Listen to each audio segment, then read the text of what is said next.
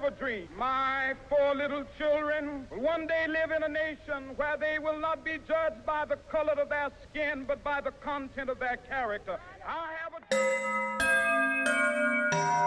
A escravidão nos Estados Unidos durou 240 anos e recebeu cerca de 389 mil escravos. Mesmo com a abolição em 1865, os negros ainda não tinham acesso a direitos básicos, principalmente no sul do país. Se hoje nos depararmos com alguém sendo impedido de frequentar um local ou até mesmo um banco no transporte público por conta da cor da sua pele, acaba gerando revolta em algumas pessoas, e era isso que os negros viviam naquela época. O movimento dos direitos civis dos negros nos Estados Unidos foi a campanha por direitos igualitários para os negros, que teve seu auge nas décadas de 50 e 60. Foi através de manifestações culturais, desobediências civis, marchas e boicote que eles lutavam por igualdade.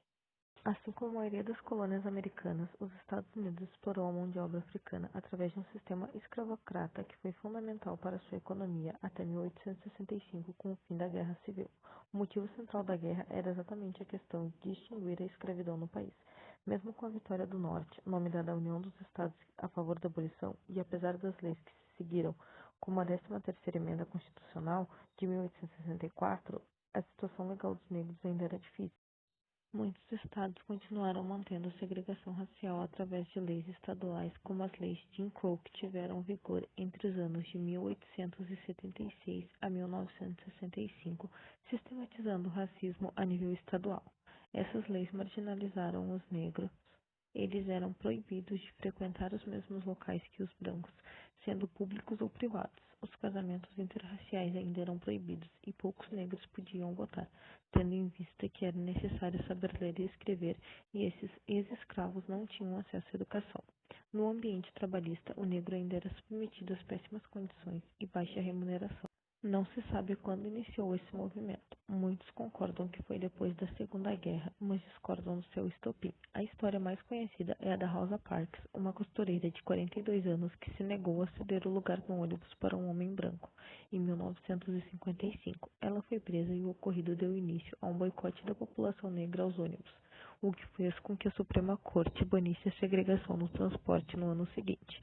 Teve também a Marcha sobre Washington no dia 28 de agosto de 1963, liderado pelo jovem pastor Martin Luther King Jr., onde reuniu cerca de 200 mil pessoas que lutavam pela igualdade de trabalho, que o presidente John Kennedy aprovou a ordem que abria o serviço militar e outros trabalhos governamentais para todos os americanos, independente de raça, cor ou ascendência.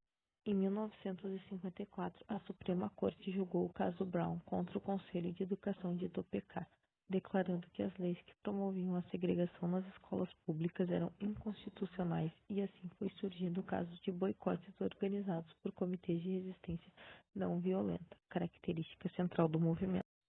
Em agosto de 1965 foi assinado a Lei do Direito de Voto, reforçando a igualdade de direito entre todos os cidadãos.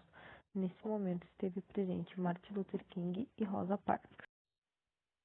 A Lei dos Direitos Civis não cessou as campanhas antidiscriminatórias nos Estados Unidos. Os anos seguintes ficaram marcados por muitas lutas para fazer valer esses direitos. O Partido dos Panteras Negras foi criado nesse momento a fim de fiscalizar a discriminação e enfrentar a brutalidade policial. Diferente do verso dos não-violência, os Panteras Negras se armaram para enfrentar o racismo, especialmente de Ku Klux Klan e da polícia. A intenção do movimento pelos direitos civis era de desafiar e destruir a discriminação racial que atravessava a sociedade estadunidense. Havia uma urgência pela equidade política e econômica. O movimento foi bem sucedido nesses sentidos, conseguindo acabar com as leis Jim Crow e garantindo o direito de voto aos negros, derrubando mais um mecanismo constitucional de restrição dos direitos das minorias.